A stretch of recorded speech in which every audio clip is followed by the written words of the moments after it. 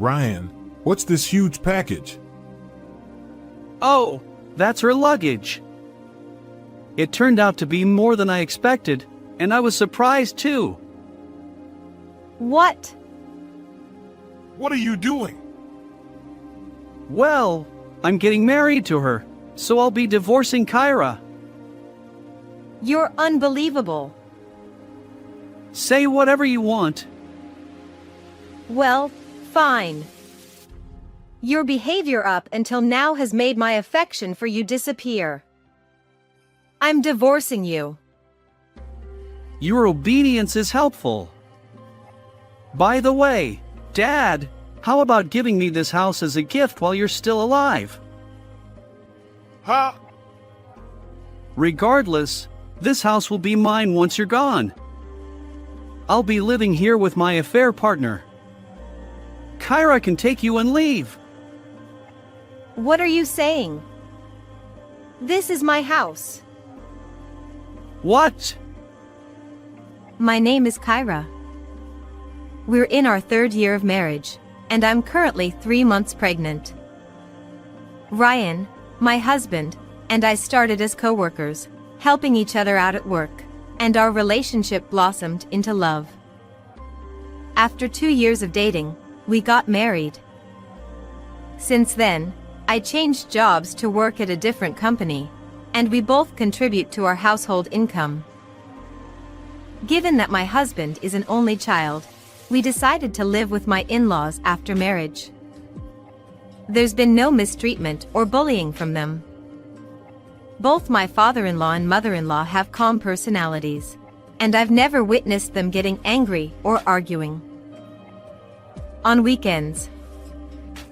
Margaret, what would you like for lunch today? It's hot, so how about a tuna salad sandwich? That sounds good. I'll also prepare a simple side dish. Kyra, you must be tired from work. It's your day off, after all. Oh, don't worry about it. Her cooking is far better than mine. Nonsense! Your cooking is delicious, Kyra. Right, Edward? Absolutely. Thank you. My in-laws treat me like their own daughter, and as someone who lost my biological parents early in life, I feel grateful for their love. Especially my mother-in-law, who often says, "I always wanted a daughter," to the point where Ryan gets jealous. He teases, Mom, you're so focused on Kyra that you forget about me. I believed these heartwarming moments would continue forever. However, when I was 6 months pregnant, I received a phone call at work. It was almost closing time at work. Kyra, it's urgent! Margaret collapsed. She's currently in the intensive care unit at the hospital. What? I'll go there right away. What about Ryan? I can't reach Ryan. I tried calling his cell phone and leaving messages. Understood. I'll try contacting him too. I explained the situation to my boss and headed to the hospital. On the way, I called Ryan. Hey, what's up? What's up? Haven't you seen the message from your dad? Oh, I haven't checked yet. What happened? Your mom collapsed. She's in the ICU. What? I'll be at the hospital soon. You should come too. Yeah. His hesitant response puzzled me, but I hung up and rushed to the hospital. My mother-in-law had been moved to a regular ward, lying in bed. Beside her, my father-in-law looked distressed. Edward, how is she? She seems stable now. It was a heart attack due to her pre-existing condition. She fell during the attack and injured her spine. She'll need a wheelchair and caregiving. What? That's... At that moment, my phone rang. It was Ryan. Hey, how's Mom doing? She's resting in her room. Is her life in danger? Well, not immediately, but the fall during the attack injured her spine. She'll need a wheelchair. I see. Well, caregiving is covered by you and Dad, right? I don't need to come. What are you saying? Your mother collapsed. How can you prioritize anything over that? I have other plans, so I can't make it. Take care. What? Ryan! He abruptly hung up. Father-in-law asked. Can't Ryan come? I couldn't believe he'd prioritize something else over his own mother's health.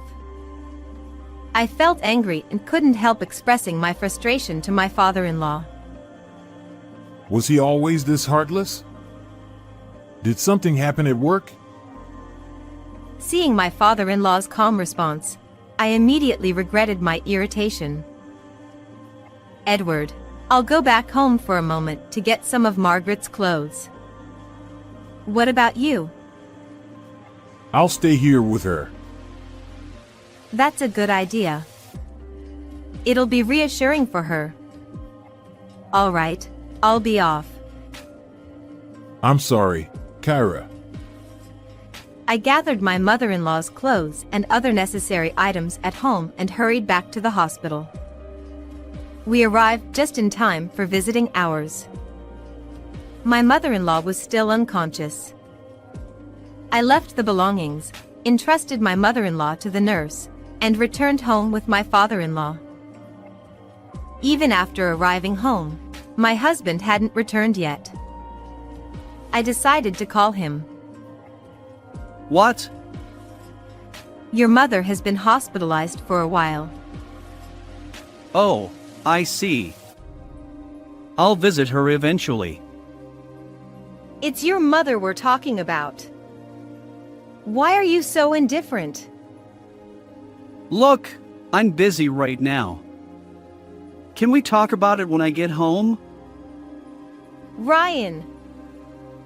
Once again, my husband unilaterally hung up the phone. He used to be different, more caring toward his parents. What happened? Around midnight, Ryan finally came home. I'm exhausted. What kept you out so late? Important business dinner. I see. And about your mother's caregiving? You and Dad can handle it. I'm not participating. What? What are you declaring? I'm busy with work. I don't want to deal with caregiving even after coming home. If you have work, I'm in the same boat. You're about to start maternity leave, and it's perfect timing. I don't mind taking care of her, but it bothers me that you, as her son, are opting out. It's disrespectful. I'm busy. I won't do caregiving. I'm going to bed. Lately, every conversation with my husband ends up in an argument. I couldn't fathom his mindset. The next morning, as Ryan prepared to leave for work as usual, my father-in-law confronted him. Ryan, I understand work is busy, but she's your mother. Make time to visit her. Yeah. And off he went. Father-in-law muttered. Was he always like this? He, too, was puzzled by his son's change. That day, I took a day off and headed to the hospital with my father-in-law. In the hospital room, my mother-in-law's gentle smile welcomed us, providing some relief. She would remain hospitalized for a while to adjust to life in a wheelchair before returning home. We decided to partially renovate our house to make it more accessible. Ryan's late return home had become a pattern since my mother-in-law's hospitalization, often stretching into the early hours of the morning. Some days, he didn't come home at all. Ultimately, during her hospital stay, Ryan never visited her. Ryan is so busy. Her lonely expression tugged at my heart. I hadn't revealed the reality of Ryan's absence during her hospitalization. After her discharge, we began the routine of home caregiving. While I was at work, we hired a caregiver, and when I returned home, I juggled household chores and caregiving. It was challenging, but both my mother-in-law and father-in-law were cooperative. Plus, our renovated home was wheelchair-friendly, allowing my mother-in-law to gradually regain independence. Amidst all this, I reached my due date and safely gave birth to a healthy baby girl. My in-laws were overjoyed. When labor began, I tried to contact Ryan, but as expected, he was unreachable. Even the message about our child's birth went unread. And yet, I confronted Ryan once. His indifference to everything infuriated me. "Ryan, why don't you come home?" What do you mean? I'm busy with work, so it can't be helped. You and Dad are there for Mom and the child. Everything will be fine. Don't you worry about your mother or want to meet your child? Work is unavoidable. Besides, I'll see them when I get home. Talking to the wall, my words fell on deaf ears. I felt like a fool for asking. The daily routine of managing household chores, caregiving, and childcare keeps me busy. Fortunately, my mother-in-law actively assists with childcare. About a year into this new lifestyle, my mother-in-law's health deteriorated. Despite her unwavering concern for her son, my husband wasn't there during her final moments. For the past few days, I hadn't been able to reach my husband at all. It was only after my mother-in-law's passing that he finally responded. "Ryan, where have you been? I've been trying to contact you." Oh, is Mom in critical condition? "She's gone. Your mother has passed away." What? His surprise was evident, but his next words left me stunned. It can't be helped. I'm busy with work. How can you prioritize work over your dying mother? The company would surely understand if you explained the situation. You're always nagging. I'm busy. Is that so? Busy, huh? Fine, do as you please. But at least attend your mother's funeral properly. It's her final farewell. I know. His constant excuse was busy. I was losing patience with him.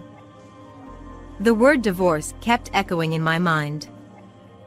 But I didn't want to cause further pain to my father-in-law, who had just lost his wife. At the wake, my husband tearfully apologized to his mother. What kind of work could be more important than her final moments? As I observed him, I wondered. The funeral proceeded smoothly with my father-in-law as the chief mourner, and we all returned home. Thank you for everything, Kyra. Thank you. Let me make some tea. No, I'm good. I have other commitments. At a time like this? Can't you cancel? What's it to you? Mind your own business. Ryan, listen to Kyra. Your mother's funeral just ended. Can't you find another day for your commitments? It's an important business deal. At this hour? Besides, Kyra has been taking care of your mother all this time. You never lifted a finger. Don't you feel any gratitude toward her? Yeah, thanks. Are you satisfied? And with that, he stormed out of the house. I stood there, dumbfounded. Kyra, I'm truly sorry.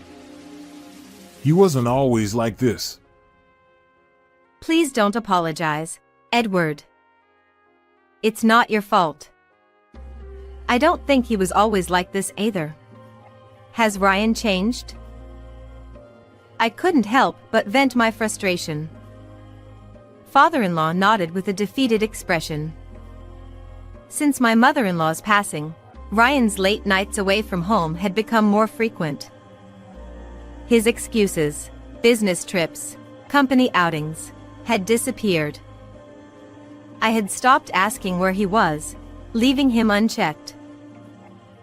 Life settled into a new normal for me, my father-in-law, and our daughter. The memorial service for my mother-in-law went smoothly. Although I had contacted Ryan, he never showed up. Then something unexpected arrived from him.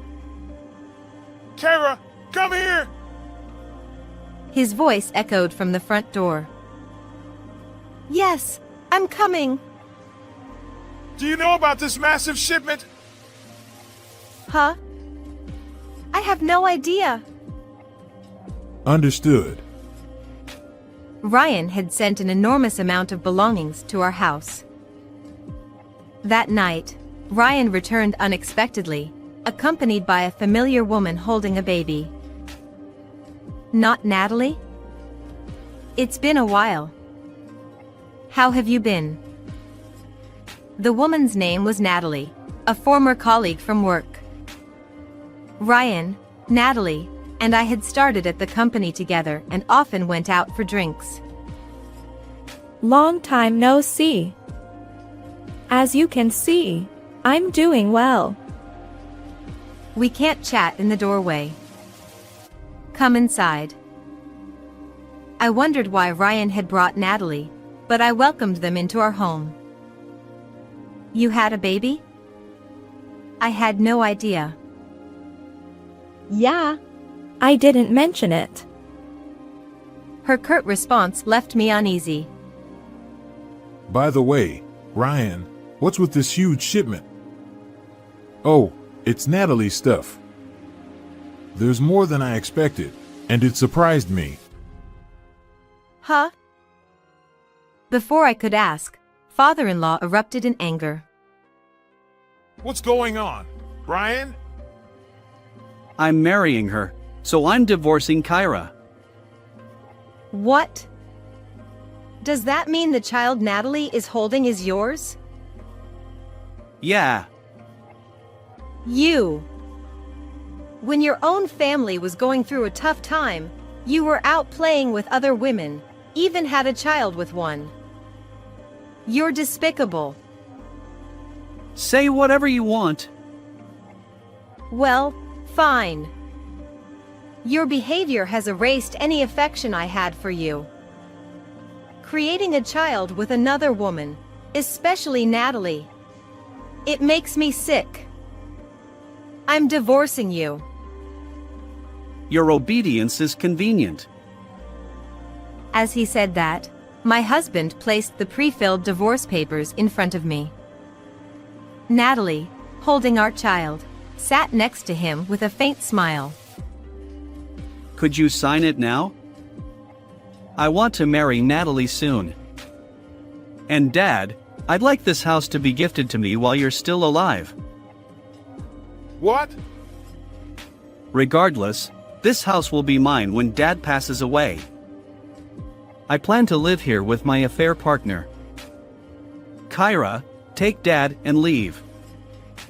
Eventually, Dad will need care, but Natalie doesn't want to be burdened with that. Dad would feel more secure with Kyra. I'm such a good son, right? What are you saying? Or, if Kyra is willing to take care of Dad and our child, we could continue living together, haha. So, why have you been saying all this? This is my house. Ha! You're the one who needs to leave right now. Exactly. Not only was my husband surprised, but Natalie's face also contorted in shock. As my father-in-law nodded beside me, my husband's voice grew louder. Their plan had crumbled in an instant, leaving him visibly shaken. Wait! Wait! Just because you're getting divorced doesn't mean you can say crazy things. Dad, you're not falling for Kyra's words, are you? This property and house are in my name. I have no intention of transferring or selling them to you. If you insist on living here, you'll pay a reasonable monthly rent. What? Kyra is telling the truth. When Mom fell ill, the house needed repairs. You were unreachable. Kyra generously covered all the renovation costs. Instead of just taking money, we decided to sell this property and house to Kyra after discussing it with Mom. What audacity! You have no right to say that. Mom was always worried about you. Your actions show ingratitude. Leave immediately. You are never to darken my doorway again. You're disowned. Oh, don't worry. We rejected that massive shipment, so your belongings won't be here. Leave with peace of mind. I witnessed my usually calm father-in-law's anger for the first time.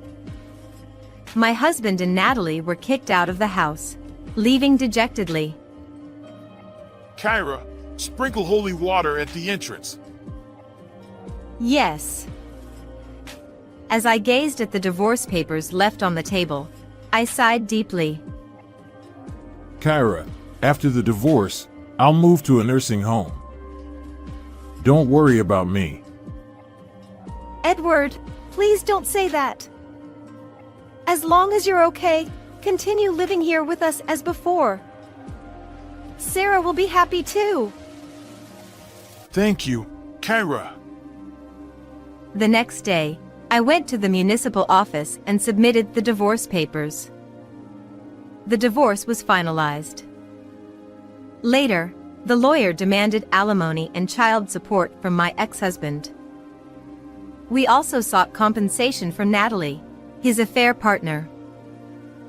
How can I pay child support for Kyra's child when it's costing me for Natalie's child?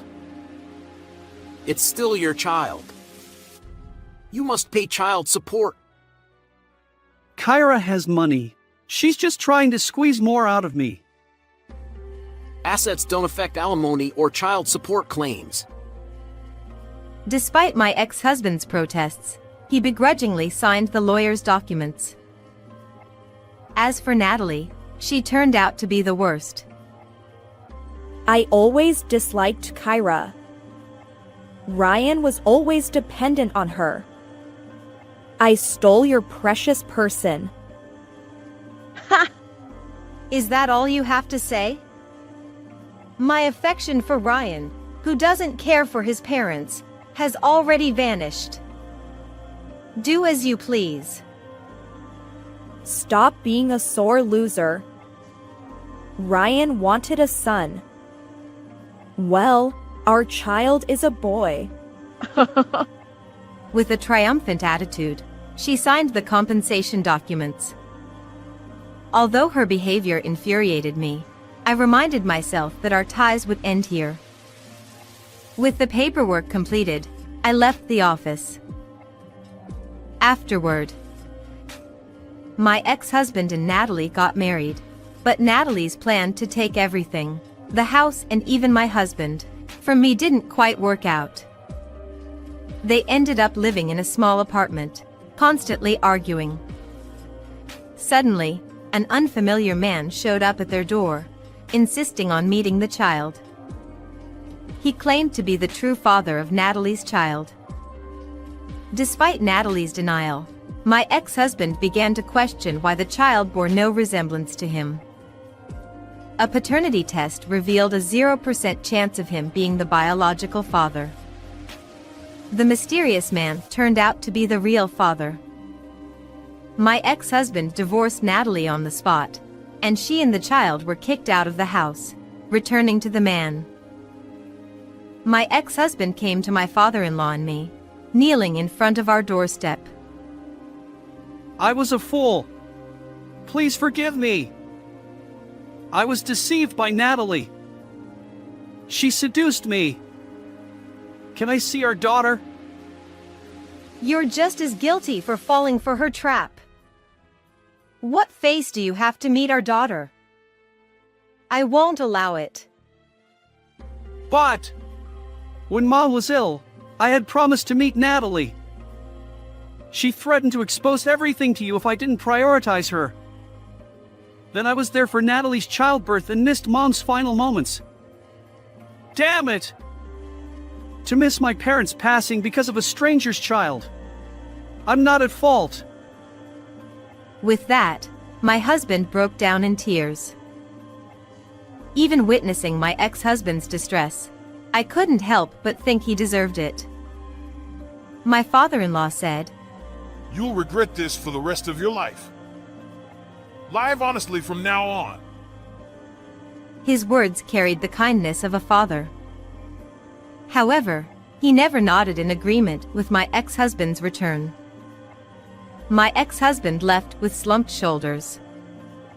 But here's what I know. He's been struggling at work, facing gossip and feeling uncomfortable. A former colleague, upset about my divorce reason, inadvertently spread rumors. It's hard not to feel a sense of satisfaction. As for Natalie, the man who barged into their apartment turned out to be her fling. She successfully tempted my ex-husband, thinking she could take everything from me. But when she learned I was pregnant, she felt competitive and wanted to get pregnant too. After failing to conceive with my ex-husband, she seduced another friend, resulting in her own pregnancy. Whether the child belongs to my ex-husband or her fling, she pressured my ex-husband into marriage. A coworker revealed Natalie's true intentions by getting her to spill the beans. Natalie quit her job and moved into the fling's apartment. Unfortunately, he turned out to have a violent streak, and she now lives in fear. As for me, I lead a peaceful life with my father-in-law and my daughter. While I'm at work, my daughter stays at a daycare center, and on weekends, my father-in-law watches her while I finish household chores. This weekend, we'll visit my mother-in-law's grave on the anniversary of her passing. How did you find this story? Don't forget to subscribe to the channel. Until next time in the next video.